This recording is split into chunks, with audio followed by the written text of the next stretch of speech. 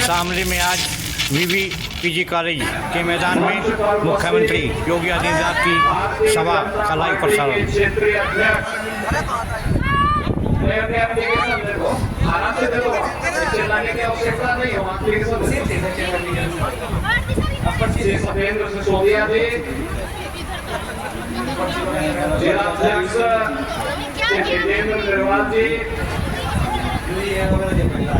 Bharatiya Janata party के प्रदेश उपाध्यक्ष और विधान परिषद सदस्य श्री मोहित बेनीवाल जी,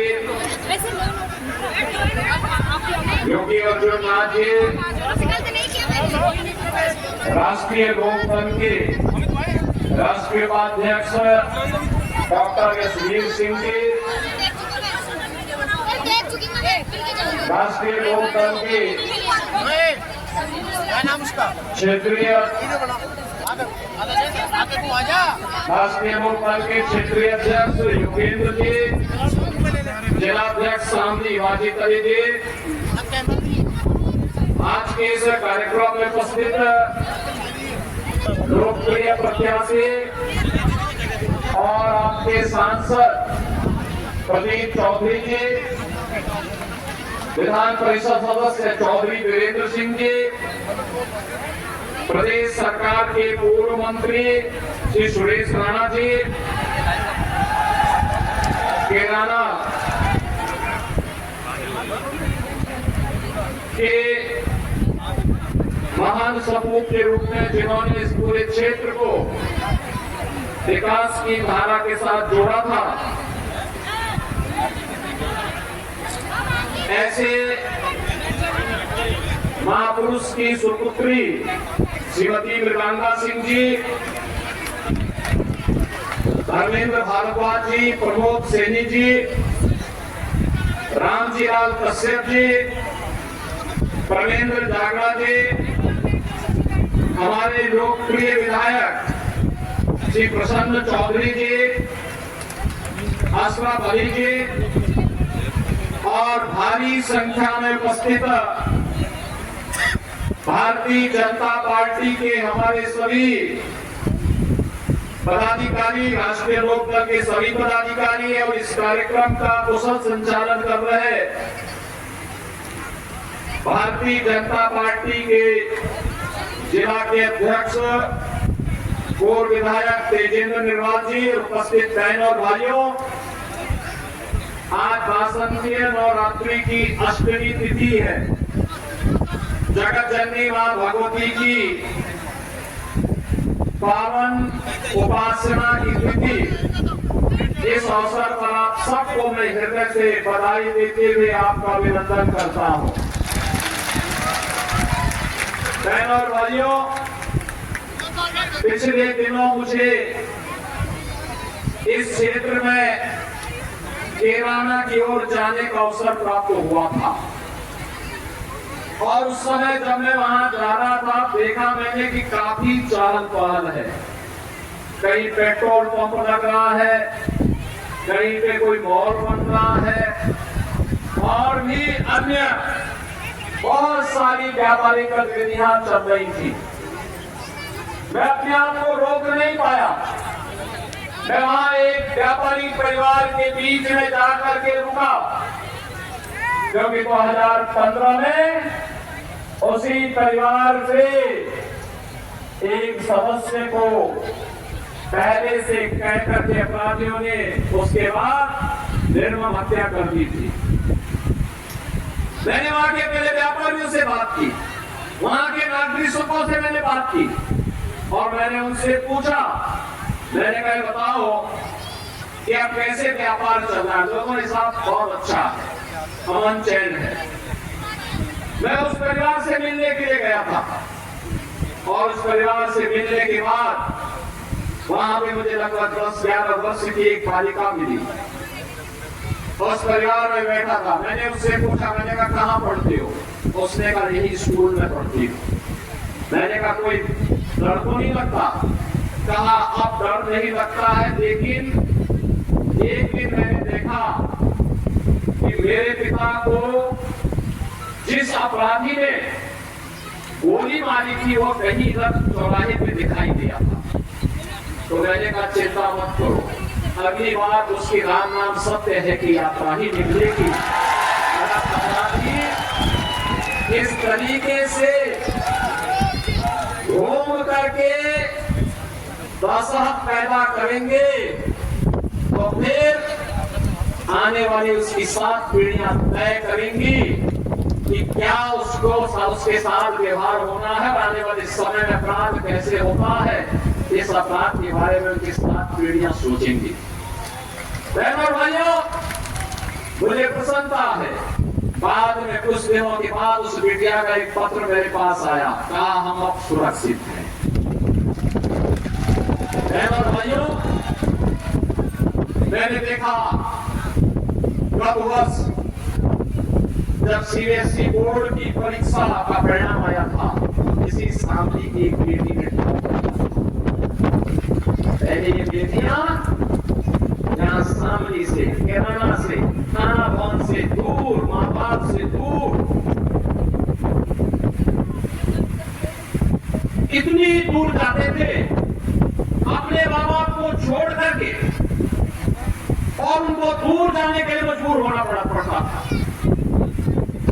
लेकिन बहनों और भाइयों, आज मुझे अच्छा लगता है जब यहाँ की बेटियां यहीं पे रहकर और उत्तर प्रदेश माध्यमिक शिक्षा बोर्ड या केंद्रीय शिक्षा माध्यमिक बोर्ड की परीक्षा में टॉप करती है, और जब मैं लखनऊ बुला करके सम्मान लेता हूँ और मैं पूछता हूँ कि अब कोई समस्या तो नहीं, वे कहते नहीं, समस्या कैसे, हम तो हम सुरक्षित हैं।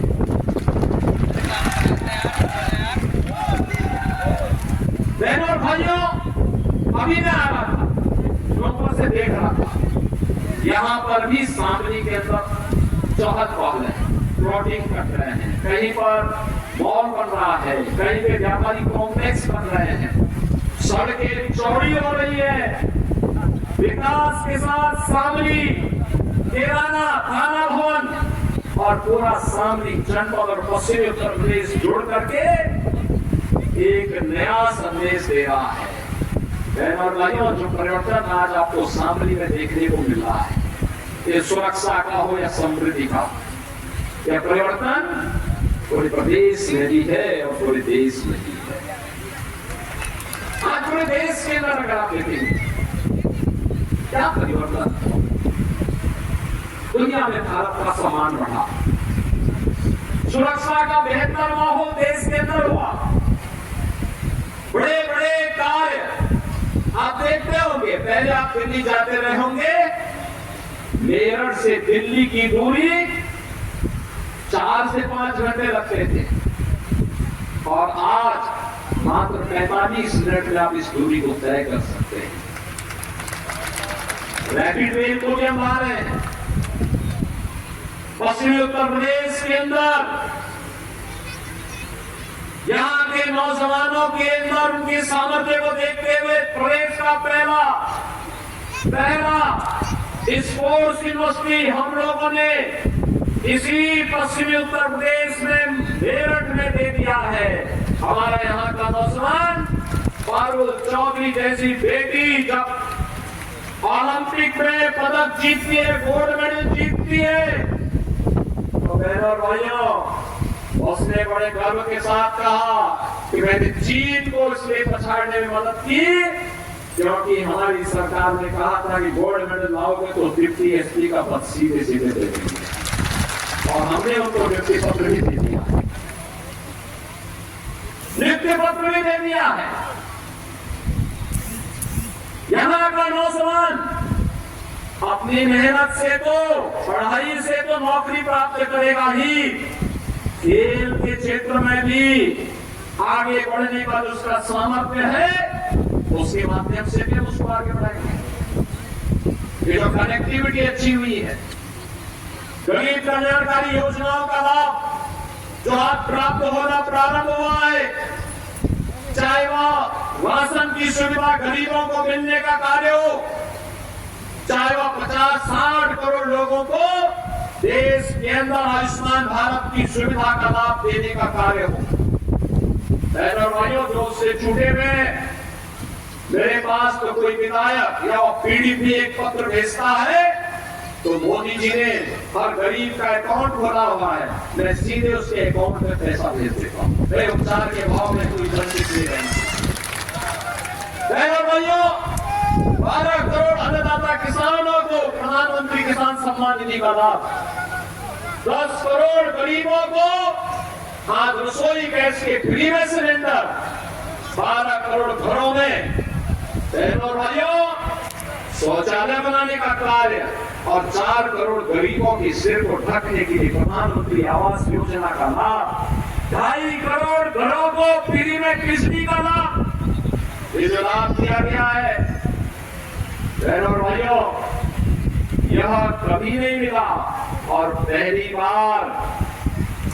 बार किसानों को सम्मान इस रूप में प्रधानमंत्री किसान सम्मान निधि के कारण भी और किसानों के मसीहा चौधरी चरण सिंह को भारत का सर्वोच्च नागरिक सम्मान भारत रत्न देकर के भी मोदी जी ने दिया है।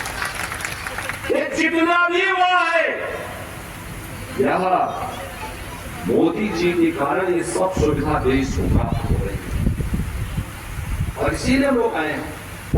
जो ये अच्छा दिखाई दे रहा ना, पहले कर्फ्यू रहता था, महीनों कर्फ्यू रहता था, बेटी और व्यापारी सुरक्षित नहीं थे, स्कूल नहीं जा पाते थे।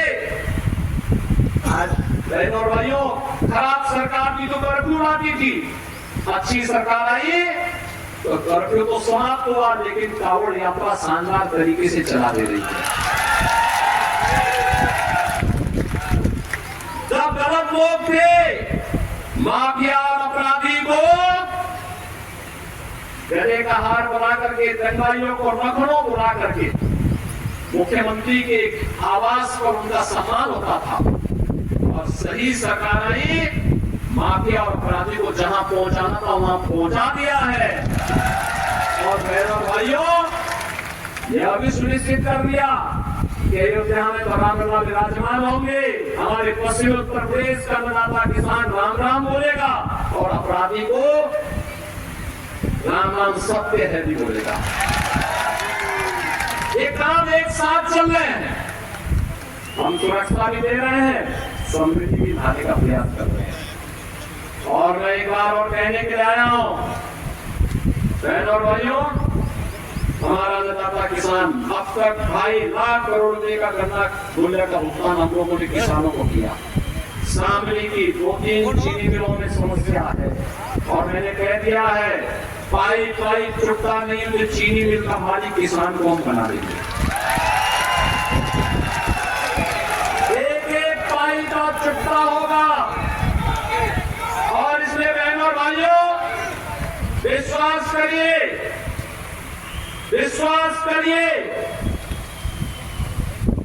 तब हम लोग आए थे 115 चीनी मिलें भी नहीं चल रही थी और उसके बाद जब सुरेश राणा जी को मंत्री बनाया, इन्होंने नई चीनी मिलों को बनाने का काम किया। 120 चीनी मिलें आज के दिन पे चल रही हैं, 120 में से 105 एक सप्ताह के अंदर गन्ना मूल्य का भुगतान करने में आ गई है। 15 चीनी मिलों को हमने नोटिस जारी कर दी है और कह दिया है कि अगर गन्ना मूल्य का भुगतान समय पे नहीं हुआ, पिछला बकाया भी नहीं दिया, तो पाई की वसूली हम लोग करना जानते हैं और किसान अन्नदाता किसान की कोऑपरेटिव बना करके चीनी मिलों को सौंप देंगे। बहनों भाइयों, आज इसीलिए मैं आपके पास कहने के लिए आया हूं, जब अच्छा रहता है तो हमें और भी सतर्क और सावधान होना चाहिए। इसलिए सावधान और सतर्क रहना है क्योंकि विरोधी कहीं सेंध लगा करके फिर आपकी निश्चिंता का लाभ न ले ले, निश्चिंता का लाभ न ले ले। और बहनों भाइयों, मैं इसलिए आपसे कहने के लिए आया हूं कि किराना में फिर से भाजपा और राष्ट्रीय लोकदल का एक बेहतर समन्वय है। जहां नल होगा वहां कौन तो खिलेगा ही खिलेगा। और इसी के लिए मैं आया हूँ आपसे कहने के लिए। ऐसा ना हो कि हमें मान लें कि अब तो हम लोग सब एकजुट हो गए हैं और तो हमें जीतना ही है। हमें एक एक वोट को अपने पोलिंग बूथ तक पहुंचाने के लिए कार्य करना है और इसी के लिए हम सब आपके बीच आए हैं कहने के लिए। बहनों और भाइयों, सुरक्षा की आपको चिंता करने की आवश्यकता नहीं, विकास के कार्यों की भी चिंता करने की आवश्यकता नहीं। गन्ना मूल्य के भुगतान को लेकर किसी प्रसन्न चौधरी हमारे विधायक है, वो आगे भी मुझसे कह रहे थे कि काम होना चाहिए। मैंने कहा निश्चित रहिए, कहीं कोई समस्या नहीं आएगी, लेकिन ये सारे कार्य को हम लोग करने के लिए बैठे ही हैं। लेकिन लोकतंत्र ने आपको एक अधिकार दिया है और ये जो परिवर्तन देश के अंदर, प्रदेश के अंदर, शामली के अंदर हुआ है, तो ठीक है, आपने आशीर्वाद दिया, मोदी जी देश के प्रधानमंत्री बने, मोदी जी के नेतृत्व में सारे कार्यक्रम हुए, लेकिन इसका श्रेय आपको जाता है क्योंकि आपने ही सही जगह वोट देकर के सरकार चुनी। अच्छे लोगों को चुन के भेजा तो अच्छे निर्णय हो रहे हैं, खराब लोगों को चुन के भेजते हैं, खराब निर्णय होते हैं। ये माफिया और अपराधी बहनों और भाइयों किसी के नहीं होते, किसी के नहीं होते। ये लोग लगातार अराजकता पैदा करते, शोषण करते, गुंडागर्दी करते, बेटी और व्यापारी की सुरक्षा को खतरा पैदा करते हैं, युवाओं के जीवन को तबाह करते हैं, अन्नदाता किसानों को और गरीबों के घरों में डकैती डालने का काम करते हैं। ये डकैती डालने की छूट इनको नहीं दी जा सकती है और इसीलिए मैं आज आपके कहने की फिर से आया हूँ। विकास के लिए जिम्मेदारी हमें दे दीजिए, हम लोग उस जिम्मेदारी का निर्माण कर लेंगे, सुरक्षा की जिम्मेदारी हमारी, लेकिन अच्छे जनप्रतिनिधि के लिए अपने लोकतांत्रिक अधिकारों को हमें समझना पड़ेगा और इसके लिए जाति से ऊपर, जाति से ऊपर, किसी ने भेदभाव से ऊपर उठ करके अगर योजनाओं का लाभ बिना भेदभाव के हर व्यक्ति को मिला है। हमने चेहरा नहीं देखा, 4 करोड़ लोगों को मकान मिल गए, किसी की जात में किसी का चेहरा नहीं देखा। वह गरीब है, पात्र है, किसी भी जाति, मत और मजहब का है, अगर वह पात्रता की श्रेणी में आता है हम उसको पूरा लाभ देते हैं, हर योजना का लाभ उसको मिलता है। 80 करोड़ लोग आज फ्री में राशन की सुविधा प्राप्त कर रहे हैं, अगले 5 वर्ष तक प्राप्त करेंगे। 10 वर्ष में 4 करोड़ लोगों को मकान मिले और बहनों और भाइयों, अगले 5 वर्ष के अंदर 3 करोड़ नए लोगों को मकान देने का आश्वासन मोदी जी ने दिया है। अच्छी सरकार आएगी तो अच्छा निर्णय करेगी और नहीं तो कांग्रेस ने तो बाबा साहब भीमराव अम्बेडकर का भी अपमान किया, चौधरी साहब का भी अपमान किया और समाजवादी पार्टी को तो कहना ही क्या है। वहां तो माफिया और अपराधियों के मरने पर फतिहा पढ़ने के लिए जाते थे। इनको फतिहा पढ़ा दीजिए, आपका एक वोट इसके लिए इनको सही जगह पहुंचा देगा और इसीलिए मैं आज आया हूं आपसे कहने के लिए और भाइयों कि केराला के पलायन को, जिन लोगों ने केराला वासियों को पलायन करने के लिए मजबूर किया था, हम लोगों ने उनको इस धरती से पलायन कर दिया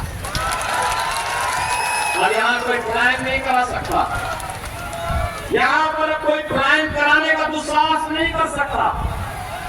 यहाँ की पहचान को किसी को खिलवाड़ करने की छूट नहीं दे सकते और बहनों और भाइयों, आज इसीलिए मैं शामली का आह्वान करने के लिए आया हूं।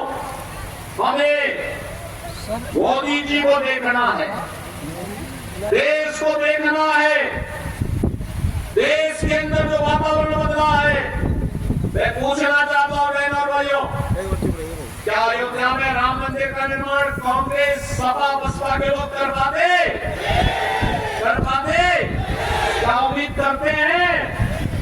कल रामनवमी भी है, यहाँ पे हमारे जो पूर्वज हैं तब से किसी भी जाति, मत और मजहब का व्यक्ति आपसी संबोधन में क्या बोलते थे? राम राम भैया, राम राम जी, यही तो बोलते हैं ना, यही तो बोलते हैं। अब मुझे बताओ, राम के साथ हमारा संबंध इस रूप में है, हमारा संबोधन ही राम राम हो गया। और बहनों और भाइयों, कल भगवान राम का जन्मदिन, 500 वर्षों तक उनकी जन्मभूमि पर, 500 वर्षों तक उनकी जन्मभूमि पर भगवान राम का जन्मोत्सव मनाने से वंचित रखा गया। हम लोग दर्जनों पीढ़ियां चली गई। हमारी पीढ़ी कितनी सौभाग्यशाली है। आज जिस प्रभु के ने कांग्रेस ने, समाजवादी पार्टी ने, बहुजन समाजवादी पार्टी ने, जिस प्रभु के ने हम लोगों को कहा कि प्रमाण दीजिए, अरे हमारा संबोधन ही प्रमाण है। हम राम राम कह रहे हैं, ये हमारा प्रमाण है। लेकिन हमसे कहा गया अयोध्या में ही राम पैदा हुए, अब इसका प्रमाण दीजिए। बहनों और भाइयों, आज प्रमाण माननीय उच्चतम न्यायालय ने दे दिया और अब तो प्रभु राम लला का भव्य मंदिर भी बन गया। 500 वर्षों के बाद ये शुभ अवसर आया है, तो हमारी पीढ़ी तो सौभाग्यशाली है। तो अयोध्या में हमने अपनी आंखों से राम लला को विराजमान होते हुए देखा है। और हमारे पूर्वजों का संबोधन था राम राम का, और राम राम का संबोधन भी सार्थक हुआ है। हुआ है ना? राम राम का संबोधन सार्थक हुआ है ना? और इसीलिए कह रहे ये कांग्रेस के लोग तो अब कहते थे राम हुए ही नहीं, और अब क्या कहते हैं राम तो सबके। यही है इन लोगों का दोहरापन, ये दोहरा चरित्र है कांग्रेस सपा और बसपा का। इसलिए दोहरे चरित्र में जीने वाले लोगों का विश्वास मत करिए। यहाँ तो जो बोला वो होगा। एक बार जो पानी से निकल गई रघुकुल रीति सदा चली आई, हमने कहा था ना कि केराना के पलायन को रोकेंगे, आज पलायन रुका है ना। हमने कहा था सुरक्षा का बेहतर वातावरण देंगे, बेहतर वातावरण दिया ना। हमने कहा कर्फ्यू दोबारा नहीं लगने देंगे, कावड़ यात्रा धूमधाम से निकालेंगे, हो गया ना। और भाइयों, जो कार्य आपके अनुरूप कर सके तो हमें उस भाव के साथ आगे बढ़कर काम करना है।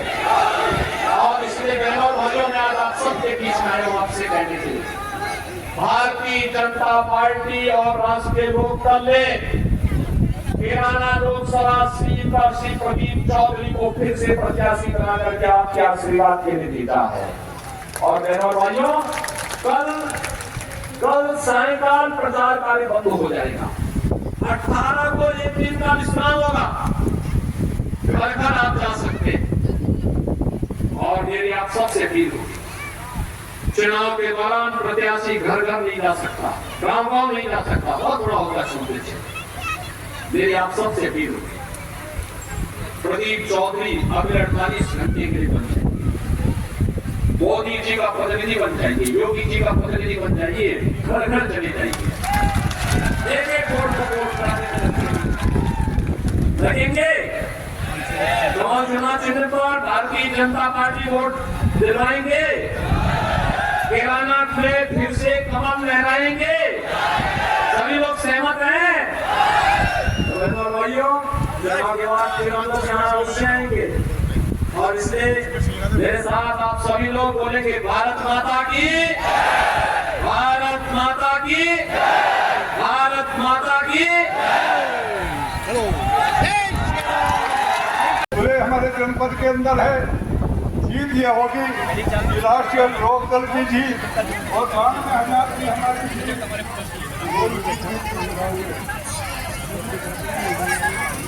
बता सही वैसे भी मानने के बाद दुगने से जीतेंगे, दुगने से।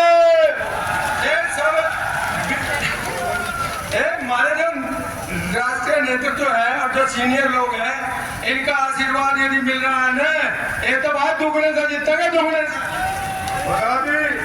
92,000 की जीत तो हमारी है, और बाकी जीत आप लोगों की है। जितना जिताओगे वो आपके में जाकर खामा खाकर सरे नहीं देने के लोग दल वालों की पक्की बात है, नहीं बात ठीक है। इसलिए आप लोगों से यही अनुरोध करते हैं, माननीय योगी जी आने वाले, अब चुनाव का समय आता है। हम लोगों ने भी बहुत लंबा समय राजनीति के अंदर हुआ है। हम 20 काम करते हैं, एक काम नहीं होता। 20 काम को छोड़कर एक काम को याद पूरा करते हैं। इसलिए आप लोगों से अनुरोध है कि सारे मतभेद भुलाकर माननीय योगी जी आने वाले हैं, तो आप सभी लोगों से अनुरोध है मीडिया का मतलब लापरवाही मत बरते। सुबह से लेके और रात के 8 बजे तक हमें 70 और 75 और 80% मतदान बीजेपी के पक्ष में करना है। मैं उसी माननीय योगी जी आने वाले इन्हीं शब्दों के साथ ये 92,000 का नामा लोकदल वाले पक्ष बताओ जीत कितनी होगी? 1.5 लाख से ऊपर जीत निश्चित है। आगे तो 2 कह रहे हैं लोकदल वाले और